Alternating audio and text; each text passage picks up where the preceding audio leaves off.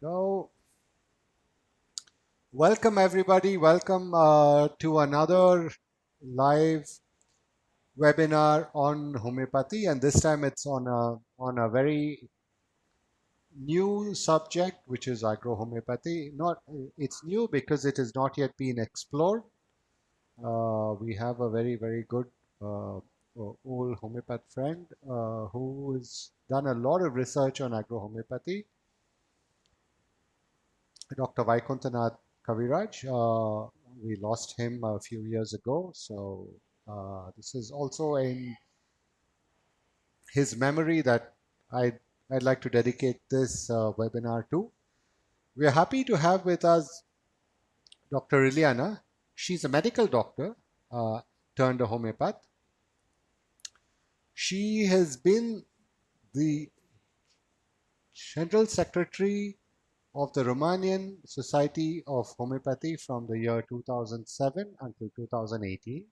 Then she headed, now she heads the society from 2018. She's an MD and she specializes in rehabilitation. She's also the lecturer of homeopathy at the National School of Public Health. Public Health. So without any further delay, I'd like to ask Dr. Iliana to start the webinar. Dr. Iliana? Yes, thank you very much for inviting me to speak today. And I hope it is an interesting subject for our colleagues who practice usually homeopathy in humans. But in order to prove that homeopathy is not placebo, especially for this reason, but also because if we treat plants, we achieve very important results like a bigger volume of crops. This could solve a lot of problems for humanity in sense of having good quality food without pesticides, without chemical substances used. So we would have a healthier population. So for these reasons, I advise everybody to try to find out more about this very challenging domain of agrohomeopathy, which is, as Dr. Kartik said, in a way more unknown, and we can say it is more recent. But actually, it is not so recent as we suppose it to be, because agrohomeopathy has the first steps done, so to say, from 1923. So already 100 years from the first studies of agrohomeopathy from Dr. Steiner and his disciple, Lily Kolisko. They have performed the first studies in this domain.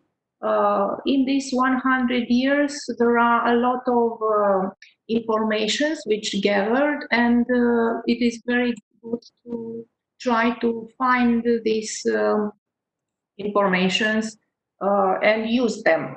Also to enrich the domain with your own studies. Speaking about myself, I am a homeopath for homeopathy, which is done not for plants. I work with patients, but because I wanted very much to prove that homeopathy is real and that it's not placebo, I started to investigate also this domain of agrohomeopathy. And luckily, I found some very open-minded people in the Agronomic Institute in Bucharest, in Romania, and they helped me to start some, so to say, research done in a scientific way. So that I started to prove that indeed agrohomeopathy works, and these persons from the institute started to become interested in this area, because they saw that indeed homeopathy has results. For instance, I'm going to show you now the first PowerPoint. You see here the title. It's one of the experiments. It's done with apple trees infested with woolly apple aphid. Maybe you have heard about this aphid, which is with the Latin name of Eriosoma lanicerum. Here I already told you about the first studies. This is a presentation which follows the steps of a paper, like usually papers are published in, let's say, for the conferences of agronomy, yes. So I usually start with this part, explaining about the benefits of homeopathy, yes, and everybody understands that the benefits are extremely high if you take into consideration the efficiency of homeopathy uh, and versus the production costs. Of course, the production costs are, as usual, very small, and with very small doses, we can obtain very, very good effects. But the problem in this domain, as I found out when I started to make some researches, is that the existing studies, although as I told you already 100 years already passed, the existing studies are insufficient because there are no materia medica books with good explanations about which remedy to use and in which pathology or for which pest, for which problem in the plants. We don't have the symptoms of diseases in plants correlated with provings made with homeopathic remedies or with substances in general. This is indeed a problem, and there are some very good books. For instance, as Dr. Kartik said already, it's a book wrote by Dr. Kaviraj. He was, as I understand, an Indian homeopath, but he lived very much in Australia, and he wrote some indications from his experience what remedies to use in which situation. अंग्रेजी तो बिल्कुल ना देखो ठीक है Ah, हाँ I think I'm hearing somebody else. So he explained some things about how to use different type of remedies, different substances like silicea, so the remedies from silicea or natrium muriaticum or other types of remedies. But still, there is very little information. In this PowerPoint, I wanted to show you, as I said, how I started to treat a specific pest in apple trees, this Eriosoma lanicerum, which is an aphid who produces a lot of damage in apple orchards. So in Romania, also in other countries, mainly from Europe, but also in America, this aphid can make a lot of damage. So specialists in horticulture are very interested to do something about this pest. And here you can see that this pest, Eriosoma, colonizes the stems, branches, shoots, also the root of the apple trees. And this is an image of what can produce this pest on branches. And following the attack, the tissues of the tree can undergo some hypertrophy, leading even to the forming of nodules, and they have the aspect sometimes of tumors. The sap circulation is impeded and the growth is retarded, and over time the branches can dry up. So, what to do about it? In November 2018, I started a study, as I told you, in cooperation with some specialists from the Agronomic Institute. here I'm not giving you all the details of other studies. I show you something which is relevant in my opinion. In a study which was performed preliminary with some apple seedlings grown in pots, and these seedlings were artificially infested with aerosoma. The objective being, of course, to observe what effect can have some homeopathic biopreparations on the attacked plants. The experiment took place in a greenhouse in the beginning, and then in a natural environment, so-called the natural environment actually is the laboratory. First of all, in order to do this study in a laboratory, you have to have an infested apple shoots. So I had to try to infest some seedlings with the woolly lice from an orchard. So me together with a colleague, we planted in pots at a short distance from the seedlings some branches of the trees from the orchard, which were infested already with this pest. And then we tied with a string these branches which were infested from the seedlings. So you can see here some of the material collected from the orchard. Yes, these were some branches infested. You can see this white part on the branches is exactly the aerosoma. There are some colonies of aerosoma which form a kind of a white wool. This is the reason why it is called the woolly aphid. It's doing this kind of wool on the branch. So we used 3 groups of 2 pots each, which were treated with some homeopathic bioproducts.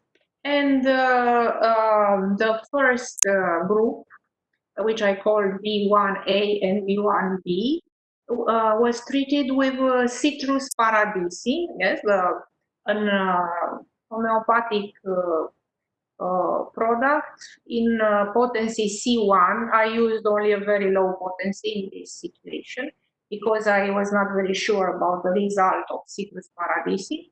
But I read that Citrus paradisi in the form of an extract, not as a homeopathic product, can have very good results on pests, on some spiders. So I said that I have to try with Citrus paradisi. And then, of course, I tried to do another homeopathic remedy with whom I treated V2 and A and B group. And the principle was to treat an isopathic principle, to treat something with the same type of substance. Yes, Eriosoma lanigerum treated with an homeopathic remedy from the body of the pest. And we had also the V3A and B group, which was the control group, because in every type of experiment you have to have a control which witnesses the results that has to be compared. Now we have here an image with pots. I had 2 baskets, and this was necessary because this woolly aphid is very dangerous for other plants. So we have to close the plants which are in the experiment and to try that this woolly aphid does not get to other plants from the same place. So this is the way we close them. And you can see here that, I don't know if it is so clear, but there is a branch from the orchard put in a pot very near to the seedling. So here we see that the branch and the seedling both are already infested. Yes. So in December 2018, where this experiment took place, we see already the investigation was made.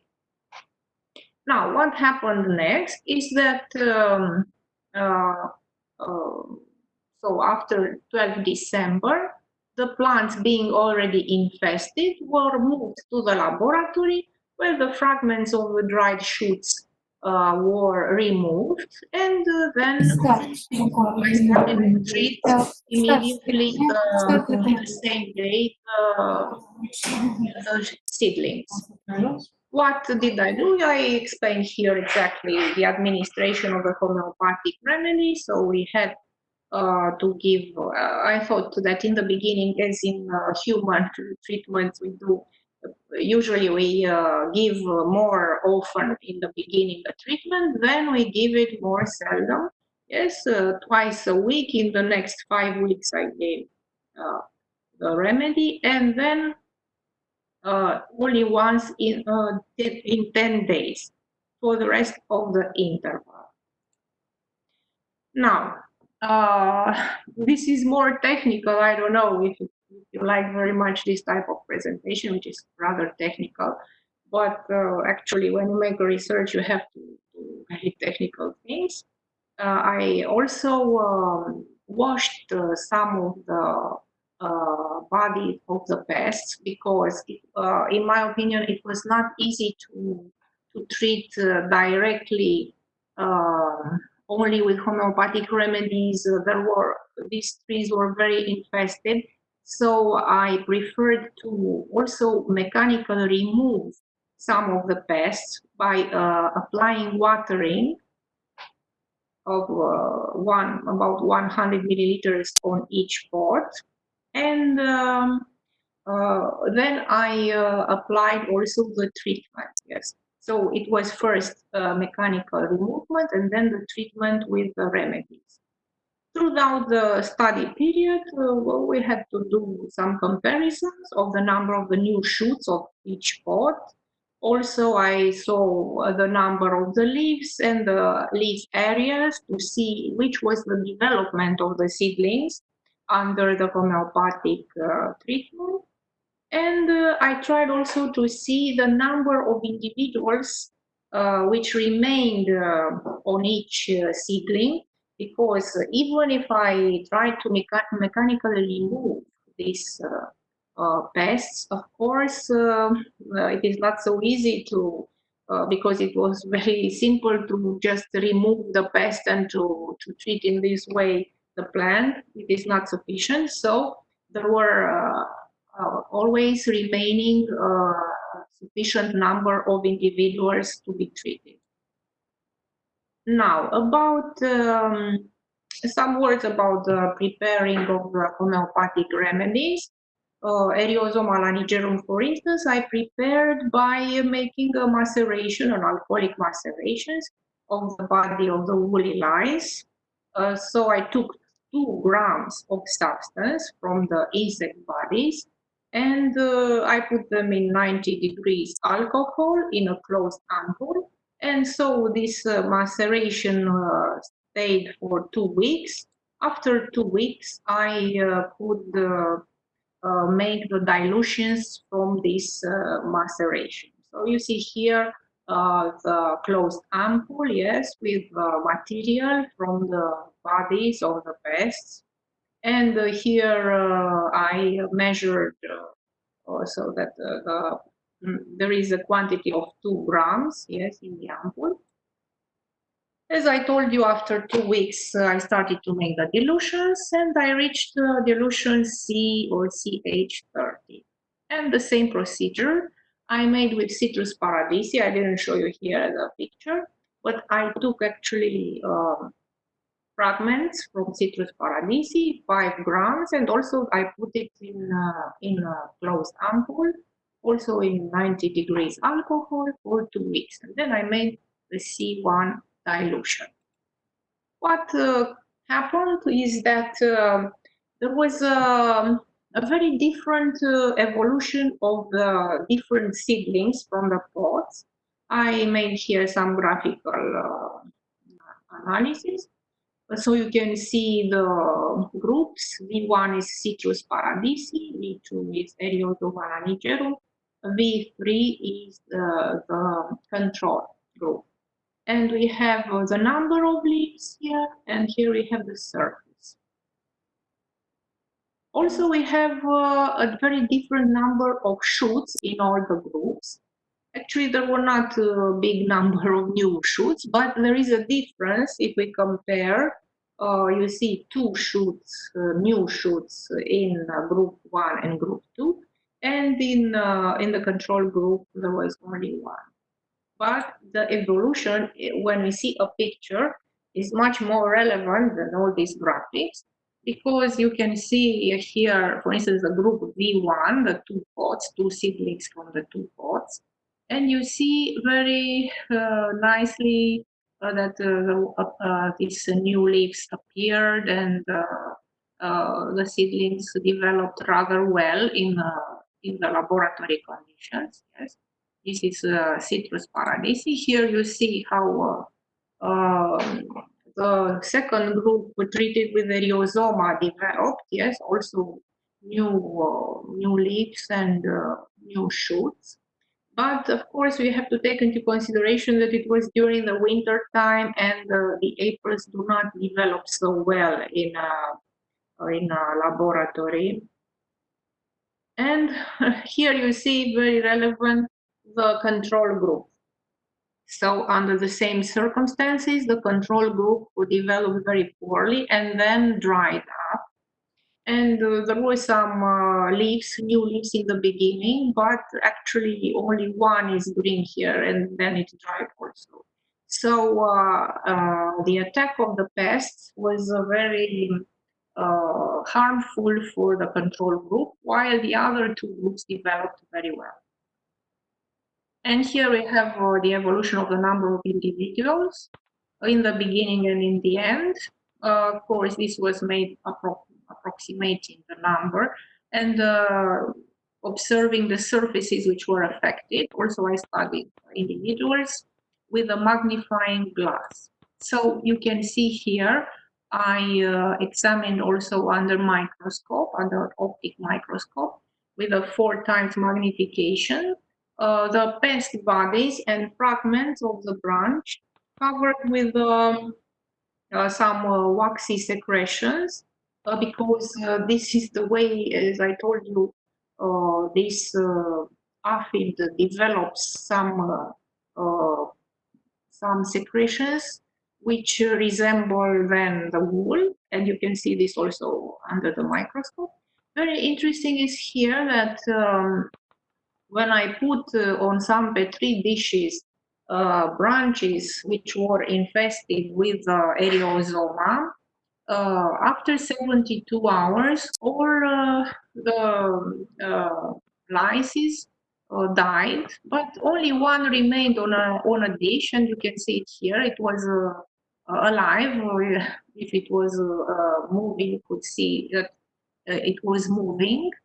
And what is interesting in this is that usually the lice is covered with white secretions, yes, and here it's without these white secretions. So it's possible, I think, that the remedy has also some influence on the pest itself, not only Welcome to Fun World. The Bluetooth device is really.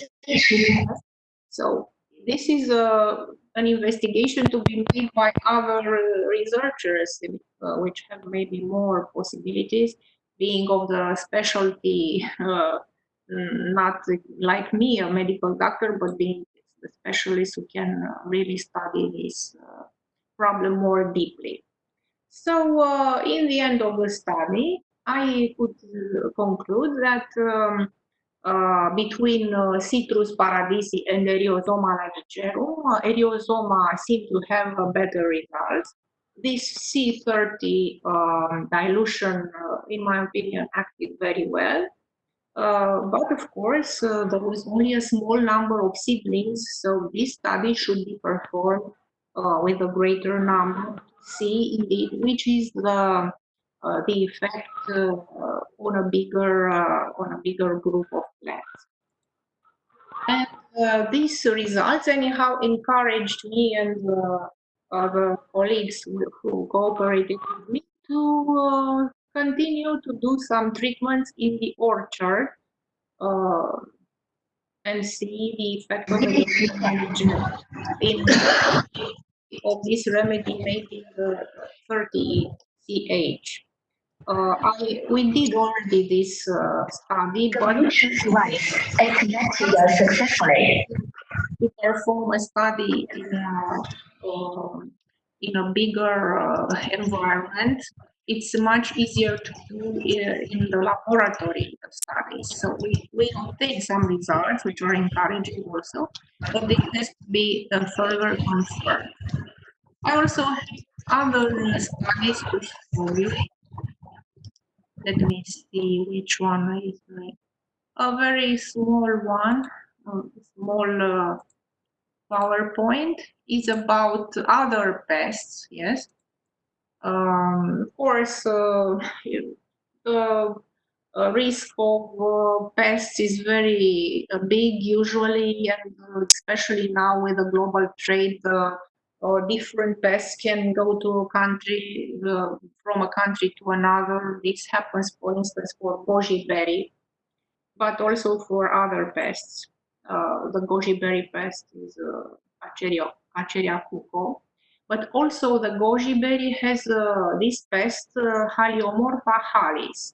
You can see it here in the picture, and it is called also the marbled or stinky bug.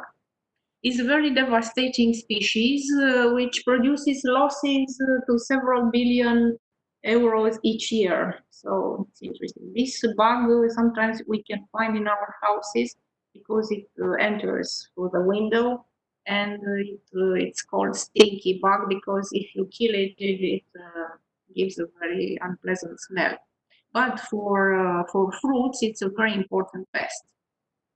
So what did I do? I used this principle, which we know, of course, from human homeopathy or similia similibus curantur. And as Dr. Kaviraj said, we can treat plants using low doses of natural substances, which can be made from the even from the pest itself. He suggested to do this. Of course, not only this, but you can use other homeopathic remedies. This is the easiest way to try to proceed. What happened if I treated the goji from the orchard is that in April and May I treated the goji infested. Actually, they were not infested, but they were expected to be infested in a very short time. Somewhere in June, this Haliomorpha is present. So before the arrival of this pest, I started to treat. Yes, already with the remedy in April and May, and I used this C30 potency. The result was that the pest did not arrive and did not attack goji berries from that plantation, but it attacked other plants, other trees. The peach trees from a nearby orchard were attacked in that year by Haliomorpha halis. And this confirms what I read in Dr. Kaviraj's book, because he says that if you give, for instance, a remedy from snails, yes, from Helix tosta, this he suggested to give, for instance, in the case of cabbage. Then for about 3-4 months after one treatment with this remedy, the snails do not come to these cabbages which were treated, but they prefer to go to other plants which were not treated. This is very interesting, and my study, I think, confirms what I read from Dr. Kaviraj. Yes. So I don't know which is the explanation why the pest did not come, but they do not like if the plants are treated with this type of remedy. And very shortly, I will present you another type of study which can very easily be made. It's a possibility to treat, for instance, wheat or not only wheat, maybe other plants, and make germination experiments. So I use, for instance, Natrum muriaticum in an experiment, which I will very briefly show you. I think that I will give you this PowerPoint so you can see the introduction by yourself. For instance, you see the theoretical aspects that wheat is used like a seedling model in homeopathy, and usually wheat is stressed with arsenic trioxide, and then it is treated with a preparation of arsenicum, which is made also from arsenic trioxide. The potency which was preferred in the beginning was this decimal potency, 45. And actually, the Italian researchers use this model very much, yes, and they prefer to use wheat and arsenicum. There are other studies also, this you can see later on from the PowerPoints. And you see, for instance, the cress was used very often, and it is called the cress seedling model. It was treated with different potencies, also with natrium muriaticum. We see another model, which is Vigna unguiculata, also natrium muriaticum treatments. You see, very many researchers have done such treatments. It's a very serious domain, and people really concentrated on these researches and tried to do different studies, especially in laboratory. So Natrium muriaticum is a remedy which can be used very well also in agrohomeopathy with good results in different situations, of course. Now, what I did with the colleagues from the Agronomic Institute is that we used the model with wheat germination, exposing the wheat to a moderately high salinity level, and we observed the effect of the treatment with Natrium muriaticum on the germination and growth. It was the Glossa variety of wheat, and this experiment we performed in 2017. It was made on some sterile Petri dishes with sand. I explained here how we wetted first the sand with a solution of sodium chloride, then we put 5 milliliters of different remedies, actually different potencies of Natrium muriaticum. Again, it's the isopathic principle. And there is also a control consisting one of spring water and another from succast water, because many researchers use also succast water. Yes, there is no remedy there, but the simple fact that you make some succussions to the water make this water to have some qualities. Now, here I explained from where I got the remedy, and the fact that we try to put the dishes not only in the laboratory but also in a growth chamber. You see they are put here in a growth chamber, and there is a constant temperature, and it's a more controlled way of working. Here are the Petri dishes with the wheat in the sand, yes, in the laboratory. And here you have the dishes, each dish with what potency. I try to see which is the difference between these potencies. So what happened is that there were, of course, different results with the different potencies. And the best growth was with these two potencies, C7 and C15. which are low potencies. But the extremely low potency, the decimal 6, was not okay for the germination of the weeds, and in the growth chamber there were no germination, and in the laboratory there was 70% germination, which was the lowest growth in all samples. Now you see here what happened. Yes, the pictures. I had pictures from every day. I observed them very attentively. These are the dishes from the growth chamber, and there was not. They were closed so that the wheat seems to be smaller here, but actually it had no place to develop vertically. These are from the laboratory, but actually you see there is a good development in these dishes.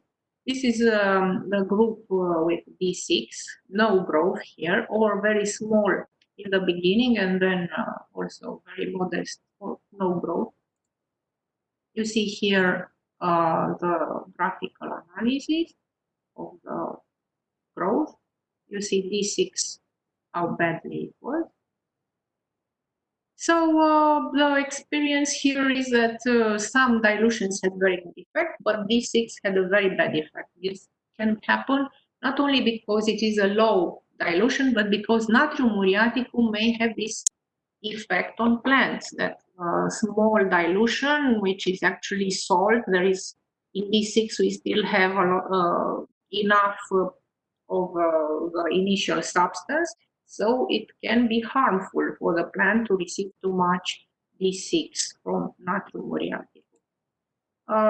Interestingly, I saw that some other researchers also confirmed this type of results, and concerning the water, the sample with potentized water, it's interesting that in our study had also a very different result from simple water with a better tendency of germination and growth, which Brizzi says it is like this, but other researchers, which are very important in this area, Baumgartner and Scher, they said that this potentized water has no effect, no special effect. Yes. So this is what I wanted to show you today. Like a challenge for people to start and study in this area, and to confirm that homeopathic remedies have good results in plants, and to try to contribute to this domain, because as I said, there are no indications yet very clearly for different pathologies in plants, and we should all look to do something to help agrohomeopathy to find solutions for these things. Yes, it's a whole domain which waits us to contribute to its development. So I think maybe it was too technical, but this is my area of preoccupation in the last months. I was preoccupied to do some research in this. And I even published some papers together with the other colleagues, as I said. So I think it might help to the development of homeopathy. I hope it will bring some new proof that homeopathy is not placebo. Of course, as you see here, there is a lot of literature. Here is just a small part of references which are connected with Natrium muriaticum studies in agrohomeopathy. But it's a very, very rich literature in this domain, and it's very interesting to study it. So this is what I wanted to tell you today. I hope it was okay for you to hear this technical aspect. And if somebody has something to ask, I would like to answer if I, of course, can have the necessary information. I will answer to you to see what clarifications are needed. Dr. Kartik, are you there? Yes, yes, I'm here very Yes. much. It was Okay. amazing study. I mean, I didn't know you've been doing so much of study on agrohomeopathy. That's a I lot of I stuff. am Yeah. trying actually because in Romania there was a lot of problem with. I think not only in Romania there was a strong attack against Mm. homeopathy, and this would happen 2 years ago. Hmm. So from that time I started to think what to do to help to find some argue to find some ideas in order to defend homeopathy, and we all have to do something to defend from knowledge. So I think that we have to do such type of research, and also even in the homeopathic research, which we usually do, not only with plants. I think we have to be more accurate and not to speak only in a homeopathic language, to try to go and meet the expectations of other colleagues who are medical doctors or other specialists, and try to use their language and show them that what we do is really something which they can do also and that they can understand. So we have to change maybe a little bit the way we communicate our work and do something in a different way. I agree So, with you on that, Dr. Eliana, that we need to change the language that we use, maybe to make the so-called scientific community understand that we can also speak the same language as they do, and we have many remedies which are far better than what they have actually come up with. So I yes. agree with you on that. We should change our language. We should change the way we approach research as a means of making everybody understand what homeopathy can do.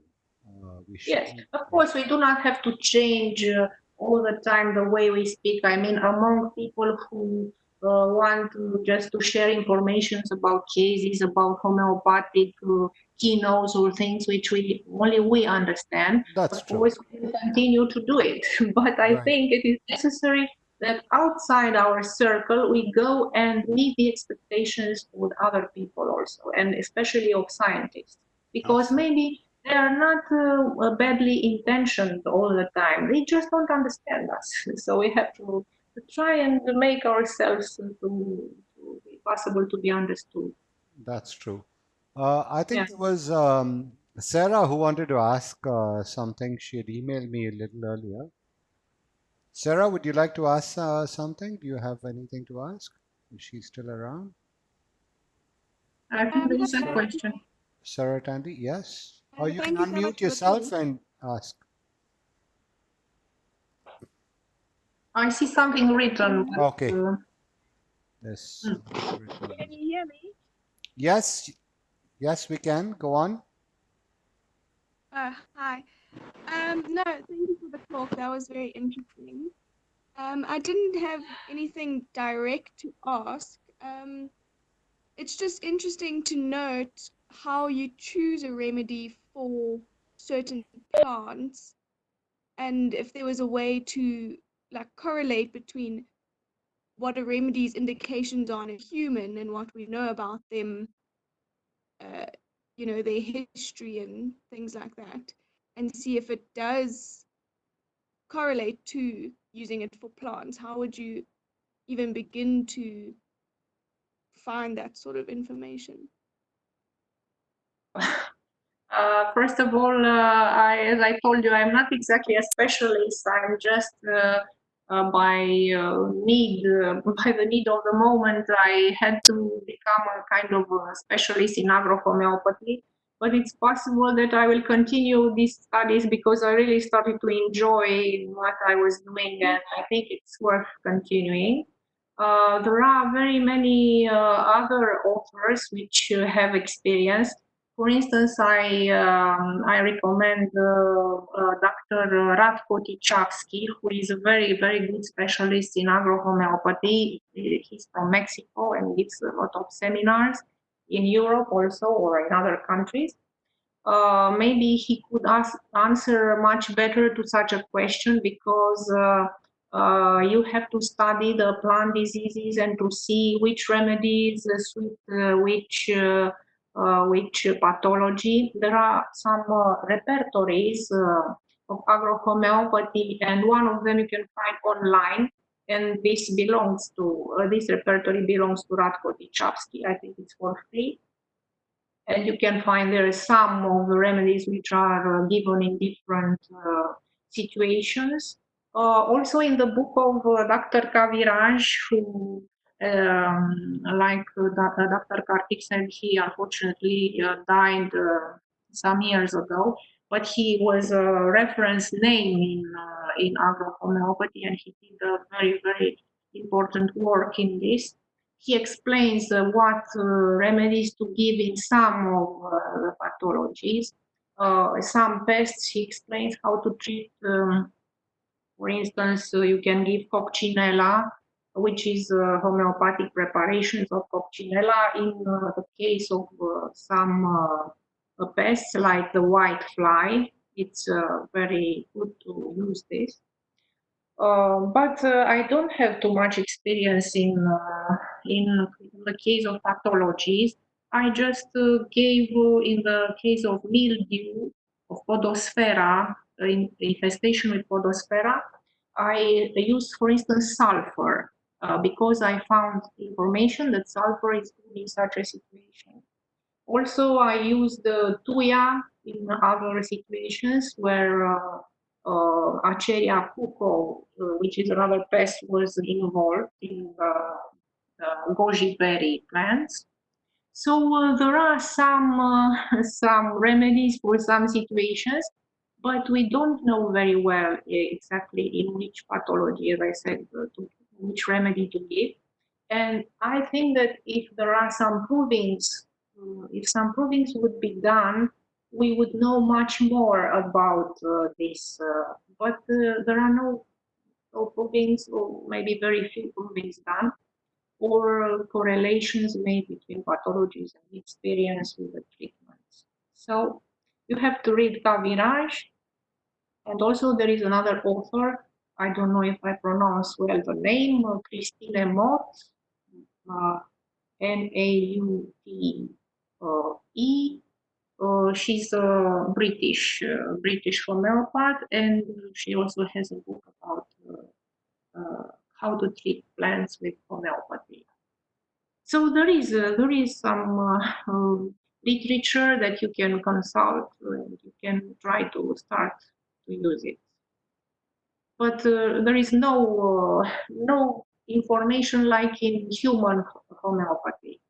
It was not so developed, this area, unfortunately. Yes, this is what I can say. I hope Yeah, I have asked, I can I have understand answered that. somehow your question. Yeah. Thank you very much. It's Mm. very interesting to see the Yes, studies. I hope you you're do welcome. carry on so we can see some more and get more information. Thank you. Yes, you can find in these books. Start to look for the information from these books, and then on internet you can find. And also, if you find Radko Tichavsky on Facebook, or you can, yeah, I think he's present on Facebook. You can write to him and say that you are interested in agrohomeopathy, and he has some good courses about. Thank you. Yeah, you're welcome. So, Dr. Kartik, you are there? Sorry, I'm here. Yeah. Yeah. Is there anybody else who'd like to ask Dr. Eliana any doubt? It's a very technical It's a presentation, very maybe technical but very, very not interesting. very I much mean, things to yeah, say. it's a Mm, very interesting thing. I hope, yes. Especially And the apple, the woolly infestation. I think that can go across many of the countries because there are a lot of countries which have apple orchards, and if they can find a remedy for that, or we can find a remedy for that, it'll be a great thing. yes, we we have to study a lot. There is a lot to be done That's true. That's in true. this domain. Yes. Yes. Anybody else would like to ask Dr. Eliana before we can close this webinar? There's a Nitin who's written what can you tell some medicines for good growth in garden plants? Is there any remedy where you can apply with water for the general health, like you have like a tonic kind of thing? Do you know of any remedy like that? Like what? Like a tonic for Yeah, like a plants? tonic for the plants, like enrich. Yes, I think there are some kind of remedies which we can call like polycrests. Actually, you can use remedies like sulfur, as I said, and very much silica is important. Dr. Kaviraj made experiments with silica in very arid regions in Australia. And Okay. from what I understand, the plants started to grow even in this type of areas with very little water. Mm-hmm. So silica is important, but it depends on the potency. I think Dr. Kaviraj recommended low potencies of silica, like decimal, maybe D6, D9. But you see, in Natrum muriaticum, D potencies have a completely Different. Yes. different effect. So it depends what remedy you use and what potency can have a different effect. But silica can have this very beneficial effect, especially on plants which are weak and grow very poorly. So if you want to help them, you can use silica in Yeah. low potency. So I noticed that when you spoke about the apple woolly infestations, you used like a no-sode. You actually made a remedy from the Woolly aphid, woolly yes. aphid, and you so that was like a no-sode, right?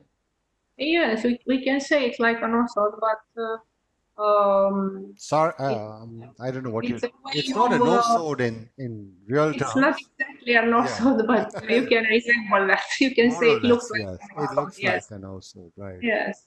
Like So I it's like experimented to see if it has an effect, and it seemed to have an effect, yes. right. But the problem is also that there is very much variability of these remedies and potencies, and this was also shown by other people who wrote about it. Unfortunately, not all the time you obtain the same effect with the same potency of a remedy. So this has to be seen why it happens like this. So a lot of to be studied. In human homeopathy is easier because usually you can find the same effect in a type of a remedy. But of course, you have to look for the constitutional type of the person. So maybe in plants also you have to look for some aspects which show you which remedy to use, which potency. Maybe this is the reason why potencies have different effects, because in different type of plants, in different circumstances, there are different effects. Right. So, I think for that we might have to study the shape of the plant or the way it actually grows out. You know, I think yes, that maybe. maybe we'll have to look at that as a constitutional from the constitutional aspect of Yes, the and plant. maybe the whole area of, so to say, the environment where the plant is growing is Growing. also important. True. So in this respect, I suggest you to again to look in Radko Tichavsky's books. He has a book about holohomeopathy, and Oh, he explains about a concept which is the holon. The holon is the whole area which involves the plant which you treat. So maybe all these connections are very important. very important. Yes, that's true. Mhm. So I don't see anybody else have anything else.